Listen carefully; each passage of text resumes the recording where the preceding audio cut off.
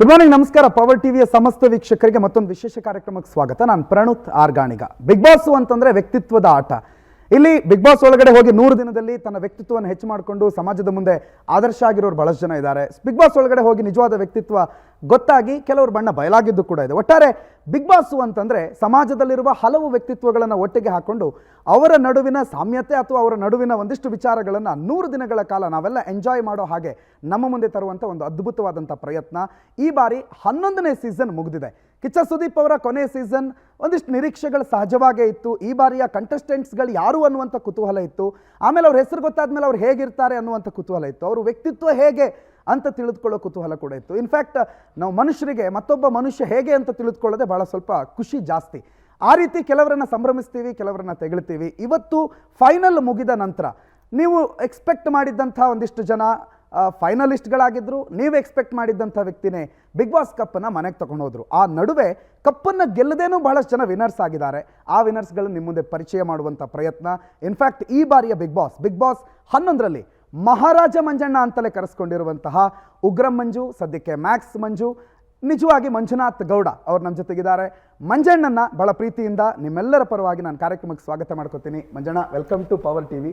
ನಿಮ್ಮನ್ನು ನಾನು course of ಟೈಮಲ್ಲಿ ಮಂಜಣ್ಣ ಅಂತೀನಿ, ಉಗ್ರಂ ಮಂಜು ಅಂತೀನಿ, ಮ್ಯಾಕ್ಸ್ ಮಂಜು ಅಂತೀನಿ. ನಿಮ್ಮ ಖುಷಿ ಸರ್. ನಮಸ್ತೆ. ನಮಸ್ಕಾರ. ಹೇಗಿದ್ದೀರಿ? Super sir. ಅದೇ ಮಾಮೂಲಿ ಈ ಟ್ರಾಫಿಕ್ಕು, ಫೋನು, ಒಂದಷ್ಟು ಲೈನಪ್ಪು, ಒಂದಷ್ಟು ಇಂಟರ್ವ್ಯೂಸು, ಲೈಕ್ ಇಲ್ಲಿ ಒಂದು ಸ್ವಲ್ಪ ಇನ್ನು ಅಡ್ಜಸ್ಟ್ ಆಗಿದ್ದೀನಿ. ಮನೇಲಿ 4 ತಿಂಗಳಿದ್ದು 120 ದಿನ ಇದ್ದು ಈಗ ಸ್ವಲ್ಪ ಅಡ್ಜಸ್ಟ್ ಆಗ್ತಿದ್ದೀನಿ. ಯಾವ್ದು ಬೆಸ್ಟರ್ ಮಂಜಣ್ಣ? ಅದು ಬೆಟರಾ, ಇದು ಬೆಟರಾ? ಸರ್, ಜೀವನ ಮಾಡಲೇಬೇಕಲ್ವ ಸರ್. ಅದು ಹೋಗಿ ಬರಬೇಕು. ಇದೂ ಬೆಟರ್, ಬಟ್ ಅಲ್ಲೇ ಇರೋಕ್ಕೂ ಆಗಲ್ವಲ್ಲ. ಓಕೆ, ಅದು ಬೆಟರ್, ಇದು ಬೆಟರ್. ಸೊ ನೀವು ಬಿಗ್ ಬಾಸ್ ಹೋಗಿರೋ ಅಥವಾ ನಿಮ್ಮ ನಿರ್ಧಾರ ಹೋಗೋಣ ಅಂತಂದಿದ್ದು ಒಂದು ನಿರ್ಧಾರ, ವಾಪಸ್ ಬಂದಾಗ ಗುಡ್ ಡಿಸಿಷನ್ ನಾನು ಮಾಡಿದೆಯಪ್ಪ ಅಂತ ಅನ್ನಿಸ್ತಾ, ಇಲ್ಲ ಬೇಡ ಇತ್ತು 4 ಸಿನಿಮಾನೇ ಮಾಡ್ಬೋದಿತ್ತು ಅಂತ ಅನಿಸುತ್ತಾ? ಇಲ್ಲ, ಅಂದರೆ ಅವರು ನನಗೆ ಆಫರ್ ಕೊಟ್ಟಾಗ 1 ತಿಂಗಳ ಟೈಮ್ ತೊಗೊಂಡೆ. ಅಂದರೆ ಹೋಗೋದ ಬೇಡ, ಹೇಗೆ ಬರುತ್ತೆ, ಏನು ನೆಗೆಟಿವಾ ಪಾಸಿಟಿವಾ, ಇಲ್ಲ ನನ್ನ ಸಿನಿಮಾಗಳು ಬಿಟ್ಟು ಹೋಗ್ಬೇಕಾ. ಲೈಕ್ ಒಂದು 7-8 ಸಿನಿಮಾಗಳಿತ್ತು, ಲೈನಪ್ ಇತ್ತು. 1-2 ಸಿನಿಮಾಗೆ ಅಡ್ವಾನ್ಸ್ ತೊಗೊಂಡಿದ್ದೆ. ಅದಾದಮೇಲೆ ಹೇಗೆ ರಿಯಾಲಿಟಿ ಶೋ ಇವಾಗ ನನಗೆ ಅಲ್ಲಿ ಹೋಗಿ ಇರೋಕ್ಕಾಗುತ್ತಾ? ಯಾಕಂದರೆ ಫಸ್ಟೇ ಒಂದು ಸ್ವಲ್ಪ ಮೂಡಿ, ಲೈಕ್ ಶೂಟಿಂಗ್ ಇತ್ತು ಅಂದರೆ ಶೂಟಿಂಗ್ ಹೋಗ್ತೀನಿ. ಅದರ್ವೈಸ್ ಮನೇಲೆ ಒಂದು ವಾರ 15 ದಿನ 10 ದಿನ ಬೇಕಾದರೆ ಮನೇಲೇ ಇರ್ತಾರೆ. ಮನೇಲೆ ಸಿನಿಮಾ ನೋಡೋದು, ವೆಬ್ ಸೀರೀಸ್ ನೋಡೋದು, ಲೈಕ್ ಈ ಥರ. ಸರಿ, ಒಂದ್ಸಲ ಟ್ರೈ ಮಾಡೋಣ ಅಂತೇಳಿ ಒಂದಷ್ಟು ಜನರ ಸಜೆಷನ್ ತೊಗೊಂಡೆ, ಫ್ಯಾಮಿಲಿ ಸಜೆಷನ್ ತೊಗೊಂಡೆ. ಸರಿ ಅಂತ ಹೋಗಿದ್ದು. ಹೋಗಿ ಬಂದಿದ್ದಂತೂ ಖುಷಿ ಇದೆ. ಎಲ್ಲೋ ಹೋಗಲಿಲ್ಲ ಅಂದರೆ ಮಿಸ್ ಮಾಡ್ಕೋತಿದ್ನೇನೋ ಅಂತ ಅನಿಸುತ್ತೆ. ಹೋಗಿ ಬಂದಿದ್ದು ಒಂದಷ್ಟು ಎಲ್ಲ ಕರ್ನಾಟಕದ ಜನತೆ ಪ್ರೀತಿ ಗಳಿಸಿದ್ದು, ಅವೆಲ್ಲನೂ ಖುಷಿ ಇದೆ ಸರ್.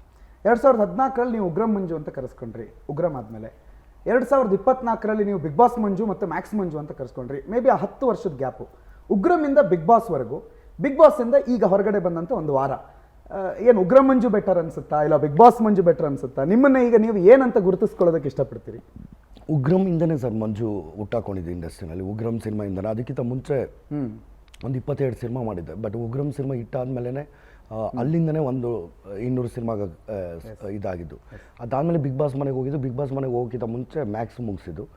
ಸರ್, ಎಲ್ಲನೂ ಇಂಪಾರ್ಟೆಂಟ್ ಸರ್. ಇವಾಗ ಉಗ್ರಮಿಂದ ಒಂದಷ್ಟು ಇದಾಗಿ ಬಿಗ್ ಬಾಸ್ ಮನೆಗೆ ಬಂದು ಬಿಗ್ ಬಾಸ್ ಆಗಿ, ಬಿಗ್ ಬಾಸ್ ಮನೇಲಿ ಇರಬೇಕಾದ್ರೆ ಮ್ಯಾಕ್ಸ್ ರಿಲೀಸ್ ಆಯಿತು. ಬಟ್ ಎಲ್ಲನೂ ಇಂಪಾರ್ಟೆಂಟ್. ನೀವೆಲ್ಲದನ್ನೂ ಒಟ್ಟಿಗೆ ತಗೊಂತೀರಿ?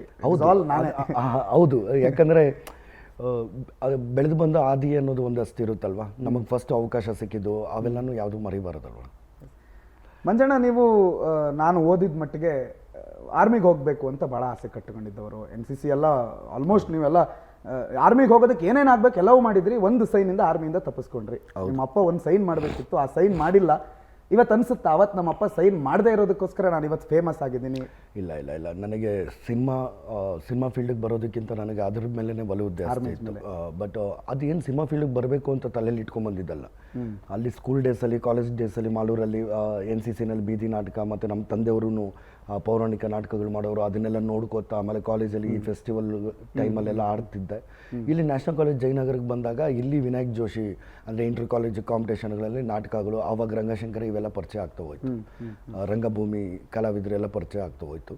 ಬಟ್ ಇಂಟೆನ್ಷನ್ ಲೈಕ್ ಆ್ಯಕ್ಟರ್ ಆಗಬೇಕು ಅಂತಿರಲಿಲ್ಲ. ಆಮೇಲೆ ಆರ್ಮಿ ಅಂದರೆ ಫಸ್ಟ್ ಇಯರೇ ನಾನು NCC ಅವೆಲ್ಲ ಸರ್ಟಿಫಿಕೇಷನ್ ಎಲ್ಲ ಮಾಡ್ಕೋತಾ NCCನಲ್ಲಿ ಇರಬೇಕಾದ್ರೆ ನನ್ನ ಫ್ರೆಂಡ್ ಮೋಹನ್ ಅನ್ನೋನು ಅಲ್ಲಿ BSF ಕ್ವಾರ್ಟರ್ಸ್ಗೆ ಹೋಗ್ತಿದ್ವಿ. ಅವ್ರ ತಂದೆ ಜೊತೆ ಕಾಲ ಕಳೀತಿದ್ದೆ. ಒಂದು ವಾರ 15 ದಿವಸ ಆ ಥರದ್ದೆಲ್ಲ. ಬಟ್ ತಂದೆ ತಾಯಿ ಇರೋದೇ ಒಬ್ಬ ಮಗ 3 ಜನ ಹೆಣ್ಮಕ್ಳಿದ್ದಾರೆ ಅನ್ನೋದು ಒಂದಷ್ಟು ಸೆಂಟಿಮೆಂಟ್ ಇವೆಲ್ಲ ಕಟ್ಟಾಕಿದ್ರು. ಅದಾದಮೇಲೆ ಇನ್ನು ನೆಕ್ಸ್ಟ್ ವಾಟ್ ಅಂತ ಕ್ವಶನ್ ಮಾರ್ಕ್ ಆದಾಗ ಒಂದಷ್ಟು ನಾಟಕಗಳು ಮಾಡಿದಾಗ ಒಂದಷ್ಟು ಪರಿಚಯ ಆದವಾಗ ಯಾಕೆ ಟ್ರೈ ಮಾಡಬಾರ್ದು, ಯಾಕೆ ಆ್ಯಕ್ಟಿಂಗ್ ಮಾಡಬಾರ್ದು ಅಂತ. ಸರಿ ಆ್ಯಕ್ಟಿಂಗ್ ಮಾಡೋ ಟೈಮಲ್ಲಿ ಇನ್ನು ಒಟ್ಟಾಗಿ ಹೆಂಗೆ ಮಾಡೋದು ಅನ್ನೋ ಟೈಮಲ್ಲಿ ಬ್ಯಾಕ್ ಸ್ಟೇಜು, ಸೆಟ್ ವರ್ಕು ಇವೆಲ್ಲ ಸ್ಟಾರ್ಟ್ ಆಯಿತು. ಅದೇ ಹಂಗೆ ನಡ್ಕೋತಾನೆ ಬಂತು. Art department, like orchestra, tabla ರಾಣಿಯವ್ರ ಜೊತೆ ಆರ್ಕೆಸ್ಟ್ರಾಗೆ ಹೋಗಿ ಕೆಲಸ ಮಾಡ್ತಿದ್ದೆ, ಚೈತ್ರ ಮೆಲೋಡಿಸು. ಹಿಂಗೆ ಒಂದಷ್ಟು ಕೆಲಸಗಳೆಲ್ಲ ಮಾಡ್ಕೋತಾ ಬಂದೆ. ಇನ್ನು 150 ರೂಪಾಯಿಂದ ನಿಮ್ಮ ಕರಿಯರ್ ಸ್ಟಾರ್ಟ್ ಮಾಡಿದ್ರಿ ದುಡ್ಡು? 100-150 ರೂಪಾಯಿ, ಲೈಕ್ 100 ರೂಪಾಯಿನೂ ಆಗಿದೆ. 100-150 ಒಂದು ಸಣ್ಣ ಒಂದು 10 ರೂಪಾಯಿ ಬಂದರೆ ಖುಷಿ ಆಗ್ಬಿಡೋದು. 10-20 ರೂಪಾಯಿ ಇದ್ರು ಅಂದರೆ ಸಾವುಕಾರರು, ರಾಜರು ನಾವಲ್ಲ. ರಾಜರು 100-150 ಇತ್ತು ಅಂದರೆ ಇನ್ನೂ ರಾಜರು. ಬಾಲ್ಯ ಹೆಂಗಿತ್ತು ಮಂಜಣ್ಣ? ಈಗ ನಾವು ಬಿಗ್ ಬಾಸ್ ಅಂದಿದ ತಕ್ಷಣ ಕಳೆದ 10 ಸೀಸನ್ಗಿಂತ ಈ ಸೀಸನ್ ಯಾಕೆ ಸ್ವಲ್ಪ ನಮಗೆ ನಿಯರ್ ಬೈ ಇದೆ ಅಂತಂದರೆ, ಕಷ್ಟಪಟ್ಟಿರೋರು ಬಂದು ಟಾಪಲ್ಲಿದ್ದಾರೆ. ಹನುಮಂತ ವಿನ್ನರು, ಒಬ್ಬ ಹಳ್ಳಿಗಾಡಿನ ಹುಡುಗ ಬಂದು ವಿನ್ ಆಗಿದ್ದಾನೆ ಅನ್ನೋದೇ ಒಂದು ಸ್ವಲ್ಪ ನಮಗೆ ತುಂಬ ಟಚ್ ಆಗಿರೋದು. ಪ್ರತಿ ಸಲ ಬಿಗ್ ಬಾಸ್ ಗೆದ್ಕೊಂಡು ಹೋಗೋರು ಅಟ್ಲೀಸ್ಟ್ ತಕ್ಕ ಮಟ್ಟಿಗಾದರೂ ಇರ್ತಾಯಿದ್ರು. ಒಂದು ಮಿಡಲ್ ಕ್ಲಾಸ್ ಫ್ಯಾಮಿಲಿನೋ ಅಥವಾ ಒಂದು ಕಾರ್ ಇರೋರೇನೆ ಬಂದು ಗೆದ್ಕೊಂಡು ಹೋಗ್ತಾ ಇದ್ರು ಅನ್ನೋ ಒಂದು ಅಸಮಾಧಾನ ಇತ್ತು. ಈ ಸಲ ಬಿಗ್ ಬಾಸ್ನ ಕಂಟೆಸ್ಟೆಂಟ್ಸ್ಗಳನ್ನು ಒಳಗಡೆ ಹೋಗಿ ನೋಡ್ತಿರಲ್ಲ ನೀವು, 16 ಜನ ಚಿಲ್ಲರೆ ಬರ್ತೀರಿ. ಏನು ಅನ್ನಿಸ್ತು ಈ 16 ಜನರಲ್ಲಿ ನಾನು ಬರ್ತೀನಿ ಟಾಪ್ 6ಗೆ ಅನ್ನಿಸ್ತಾ? ಫಸ್ಟ್ ಇಂಪ್ರೆಷನ್ ನೀವು ಕಾಲು ಒಳಗಡೆ ಇಡ್ತಾ ಇದ್ದಂಗೆ ಏನು? 0. ನಾನೇನು ಹಿಂಗೆ ಆಡಬೇಕು ಹಾಗೆ ಆಡಬೇಕು ಅಂತೆಲ್ಲ ಏನು ಪ್ಲ್ಯಾನ್ ಮಾಡ್ಕೊಂಡು ಹೋದವನಲ್ಲ. ಅಲ್ಲಿನ ವಾತಾವರಣ, ಅಲ್ಲಿನ ಪರಿಸ್ಥಿತಿ, ಅಲ್ಲಿನ ಟಾಸ್ಕ್ಗಳಿರ್ಬೋದು, ಅಲ್ಲಿ ಹೇಗೆ ಬರುತ್ತೋ ಅದನ್ನು ಸ್ವೀಕಾರ ಮಾಡ್ಕೊಂಡು ಹೋಗೋಣ ಅನ್ನೋ ವ್ಯಕ್ತಿತ್ವದಲ್ಲಿ ಆ ಥರ ಮೈಂಡ್ ಸೆಟ್ಟಲ್ಲಿ ಹೋಗಿತ್ತು. ನಾನು ಎಲ್ಲರೂ ಅಲ್ಲಿ ಎಲ್ಲರೂ ಜೀವನ ನೋಡ್ಕೊಂಬಂದಿರೋದು, ಎಲ್ಲ ಏಳು ಬೀಳುಗಳು ನೋಡ್ಕೊಂಬಂದಿರೋದು, ಯಾರನ್ನು ಒಬ್ಬರೂ ನಾನು ವಾವ್ ಅನ್ನೋ ರೀತಿ ಯಾರೂ ಇದ್ದವರಲ್ಲ. ಅವಕಾಶಗಳು ಬೇಕಿತ್ತು. ಒಬ್ರಿಗೆ ಮನೆ ಕಡೆ ಫೈನಾನ್ಷಿಯಲಿ ಚೆನ್ನಾಗಿತ್ತು ಅಂದರೆ ಅವಕಾಶಗಳು ಇರ್ತಿರ್ಲಿಲ್ಲ, ಒಬ್ರಿಗೆ ಅವಕಾಶಗಳು ಇಲ್ಲ, ಫೈನಾನ್ಷಿಯಲಿನೂ ಚೆನ್ನಾಗಿರಲಿಲ್ಲ. ಸುಮಾರು ವರ್ಷಗಳು ಎಲ್ಲನೂ ಕಷ್ಟಗಳು ಪಟ್ಟು ಸೈಕಲ್ ತುಳಿದು ಆ ಥರದ ವ್ಯಕ್ತಿಗಳೇ. ಆಮೇಲೆ ಕಾರ್ ವಿಚಾರಕ್ಕೆಲ್ಲ ನೀವು ಹೇಳಿದ್ರಲ್ಲ, ಸೊ ಹನುಮಂತ ಹತ್ರನೂ ಕಾರಿದೆ. ಆ ಥರ ಅಲ್ಲ, ಕಾರ್ ಅಂತಲ್ಲ, ಹನುಮಂತನು ರಿಯಾಲಿಟಿ ಶೋಸ್ ಮಾಡಿದ್ದಾರೆ. ಅಲ್ಲಿರೋವಂಥವ್ರು ಕೆಲವೊಬ್ಬರೆಲ್ಲ ರಿಯಾಲಿಟಿ ಶೋ ಮಾಡಿ ಬಂದಿದ್ದವರು, ಸೀರಿಯಲ್ ಮಾಡಿದವರು, ಸಿನಿಮಾದಿಂದ. ಗೋಲ್ಡ್ ಸುರೇಶ್ ಮಾತ್ರ ಬಿಸ್ನೆಸ್ಸು, ಲೈಕ್ ಆ ಥರ.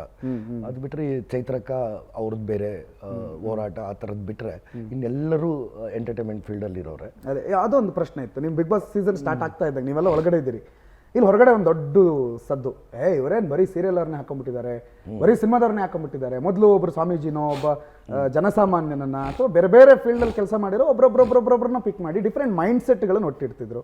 ಏನು ಇವರೆಲ್ಲ ಸೀರಿಯಲ್ನನ್ನೇ ಹಾಕೊಂಡು ಏನೋ ಮಾಡೋದಕ್ಕೆ ಹೊಟ್ಟಿದಾರಪ್ಪ ಇವರು ಅಂತ ಒಂದು ಇದ್ರು. ಒಂದಿಬ್ಬರು ಬೇರೆ ರಂಗದಿಂದ ಬಂದವರು, 2-3 ಜನ ಬಿಟ್ಟರೆ ಇನ್ನೆಲ್ಲರೂ ಹಂಗೆ ಇದ್ರು. ಬಟ್ ಅದ್ರ ಬಗ್ಗೆ ನನಗೆ ಗೊತ್ತಿಲ್ಲ. ಅದು ಕಲರ್ದವರು ಬಿಗ್ ಬಾಸ್ ಅವ್ರನ್ನೇ ಕೇಳಬೇಕು. ಬಟ್ ನೀವು ಹಿಂದೆ ಬಿಗ್ ಬಾಸ್ ಎಲ್ಲ ನೋಡಿದ್ರಲ್ಲ ಮಂಜಣ್ಣ, 10 ಸೀಸನ್ ಬಿಗ್ ಬಾಸ್ ನೋಡಿದ್ರಿ. ಈ 10 ಸೀಸನ್ಗೂ 11ನೇ ಸೀಸನ್ಗೂ ಕಂಪ್ಯಾರಿಸನ್ ಮಾಡಿದ್ದೀರಾ? ಯಾವುದು ಬೆಟರು?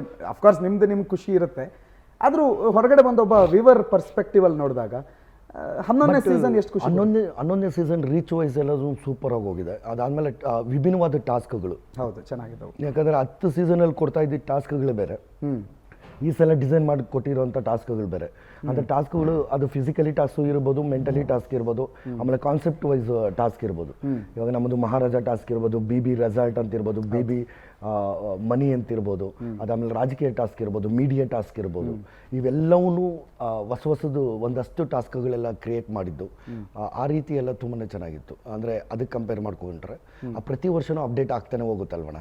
ಹಾಗೆ ಒಂದು ಸಲ ಆಗಿದ್ದು ವರ್ಷದಕ್ಕಿಂತ ಇನ್ನೊಂದು ವರ್ಷ ತುಂಬ ಚೆನ್ನಾಗಿ ಆಗ್ತಾ ಹೋಗುತ್ತೆ. ಈ 16ರಲ್ಲಿ ಒಳಗಡೆ ಇರೋರಲ್ಲಿ ನಿಮಗೆ ಬೆಸ್ಟ್ ಮೀಟ್, ನನ್ನ ಜೀವನಕ್ಕೊಬ್ಬ ಒಂದೊಳ್ಳೆ ಪರಿಚಯ, ಒಂದೊಳ್ಳೆ ಫ್ರೆಂಡ್ಶಿಪ್ಪು ಅನ್ನೋದು ಗೌತಮಿ ಅವ್ರನ್ನ ಬಿಟ್ಟು ಅವ್ರನ್ನ ಸಪ್ರೇಟ್ ಆಮೇಲೆ ಮಾತಾಡಿಸ್ತೀನಿ. ಹನುಮಂತು ವಿನ್ನರ್ ಆದಾಗ ನಿಮ್ಗೆ ಹೆಂಗಿತ್ತು? ಹನುಮಂತನೇ ವಿನ್ನರ್ ಆಗಬೇಕು ಅಂತ ನಿಮ್ಮ ಮನಸ್ಸಲ್ಲಿ ಇತ್ತ? ಓಕೆ, ನೀವು ಹೊರಗಡೆ ಬಂದ ಮೇಲೆ ಹೇಳ್ತಿರೋದು ಅಲ್ಲ, ವ್ಯಕ್ತಿತ್ವದ ಆಟ ಅಂತ ಸ್ಪೆಸಿಫಿಕ್ಕಾಗಿ ಬಿಗ್ ಬಾಸ್ ಅವ್ರು ಹೇಳಾದ್ಮೇಲೆ ಬರೀ ಟಾಸ್ಕೇ ಅಲ್ಲ, ಬರೀ ಮನೇಲಿ ತೋರಿಸ್ಕೊಳ್ಳೋದು ಕೆಲಸ ಮಾಡೋದೇ ಅಲ್ಲ. ಇದು ಜನಗಳಿಗೆ ತುಂಬ ಇಷ್ಟ ಆಗೋದು ಅಂದರೆ ಅವರ ವ್ಯಕ್ತಿತ್ವ. ಆ ವ್ಯಕ್ತಿತ್ವನ ಹೇಗೆ ಉಳಿಸ್ಕೋತೀವಿ, ಹೇಗೆ ನಡ್ಕೋತೀವಿ ಅಂತ. ಬಟ್ ಫಸ್ಟ್ ಡೇ ಹೇಗಿದ್ದೋ ಹನುಮಂತು ಲಾಸ್ಟ್ ಡೇವರೆಗೂ ಹಾಗೇ ಇದ್ದ. ಅವನು ವೈಯಕ್ತಿಕವಾಗಿ ಯಾರ ಬಗ್ಗೆನೂ ಕೆಟ್ಟದಾಗ ಮಾತಾಡ್ತಿರ್ಲಿಲ್ಲ. ಅವನಲ್ಲ ಅಂದರೆ ಕೆಟ್ಟದಾಗ ಮಾತಾಡೋಂಥ ವ್ಯಕ್ತಿ ಅಲ್ಲ. ಕಾಮಿಡಿ ಮಾಡ್ತಾನೆ, ಇದಂತಾನೆ, ರೇಗಿಸ್ತಾನೆ, ಅವೆಲ್ಲನೂ ಸಣ್ಣ ಪುಟ್ಟದೆಲ್ಲ ಕಾಮನ್. ಅವ್ನು ಕೆಳಗೆ ಕೂತ್ಕೊಂಡು ಊಟ ಮಾಡೋದು ಅಂದರೆ ಕೆಳಗೆ ಕೂತ್ಕೊಂಡೇ ಊಟ ಮಾಡ್ತಾನೆ, ಲೈಕ್ ಆ ಥರದ ವ್ಯಕ್ತಿ. ಆ ವ್ಯಕ್ತಿ ನೋಡಿದವಾಗ ನಂದು ಒಂದಷ್ಟು ಬಾಲ್ಯದ ನೆನಪುಗಳು, ಒಂದಷ್ಟು ನಾನು ಹಳ್ಳಿನಲ್ಲಿ ಕಳೆದಿದ್ದಂಥ ಜೀವನ, ಇವೆಲ್ಲನೂ ನೆನಪಾಯಿತು. ನಾನು ಬೆಂಗಳೂರಿಗೆ ಬಂದಿದ್ದು ಹೊಸದಲ್ಲಿ, ಅವೆಲ್ಲನೂ ನೆನಪಾಯಿತು. ಬಟ್ ಆ ವ್ಯಕ್ತಿಗೆ ಡಿಸರ್ವ್ ಸರ್. ಆ ವ್ಯಕ್ತಿ ಗೆಲುವು, ಕಪ್ ಗೆದ್ದಿದ್ದಕ್ಕೆ, ಆ ವ್ಯಕ್ತಿಗೆ ಕಪ್ ಸಿಕ್ಕಿದ್ದಕ್ಕೆಲ್ಲ ತುಂಬಾ ಖುಷಿ. ನಿಮ್ಮ ಒಂದು ಟಾಪ್ 6 ತಗೊಳ್ಳೋಣ. ನೀವು 6 ಜನ ಫಿನಾಲೆ ಡೇಗೆ ಎಂಟರ್ ಆಗಿರೋರು, ಒಂದು ಹೈರಾರ್ಕಿ ನಿಮ್ಮಲ್ಲೇ ಒಂದು ಕ್ಯಾಲ್ಕುಲೇಷನ್ ಇರುತ್ತೆ. ಫಸ್ಟ್ ಇವ್ರು ಹೊರಗಡೆ ಹೋಗ್ಬೋದು, ಸೆಕೆಂಡ್ ಇವ್ರು ಹೋಗ್ಬೋದು, ಟಾಪ್ 3 ಇವ್ರು ಆಗ್ಬೋದು. ನಿಮ್ಮ ಕ್ಯಾಲ್ಕುಲೇಷನ್ ಪ್ರಕಾರನೇ ಹೋಯ್ತಾ ಅಥವಾ ಆ ಲೆಕ್ಕದಲ್ಲೇ ಹೋಯ್ತಾ ಅಥವಾ ಏನಾದರೂ ಡಿಫ್ರೆನ್ಸ್? ನೀವೆಲ್ಲ ಟಾಪ್ 3ನಲ್ಲಿ ಇರ್ತೀರಿ ಅಂತ ಎಕ್ಸ್ಪೆಕ್ಟ್ ಮಾಡಿ? ಇಲ್ಲ, ಲಾಸ್ಟ್ 2 ವೀಕ್ಸ್ ಅಂತೂ ನಾನು I am zero sir. Last 2 weeks ಅದಕ್ಕಿಂತ ಮುಂಚೆ ಕ್ಯಾಲ್ಕುಲೇಷನ್ಸ್ ಓಡ್ತಿರೋದು ತಲೆಯಲ್ಲಿ. ಲಾಸ್ಟ್ 2 ವೀಕ್ಸಲ್ಲಿ ಯಾರು ಹೋಗ್ತಾರೆ ಏನು ಅವೆಲ್ಲ ಬಿಟ್ಬಿಟ್ಟೆ. ಮನೇಲಿ ಎಷ್ಟು ಸಂಪೂರ್ಣವಾಗಿ ನಾನು ಜೀವಿಸ್ಬೋದು, ಮನೇಲಿ ಎಷ್ಟು ಸಂಪೂರ್ಣವಾಗಿರ್ಬೋದು, ಆ ಪ್ರತಿ ಕ್ಷಣನೂ ಹೇಗಿರ್ಬೋದು ಅನ್ನೋದ್ರ ಬಗ್ಗೆನೇ ಗಮನ ಹರಿಸ್ತಾ ಹೋದೆ.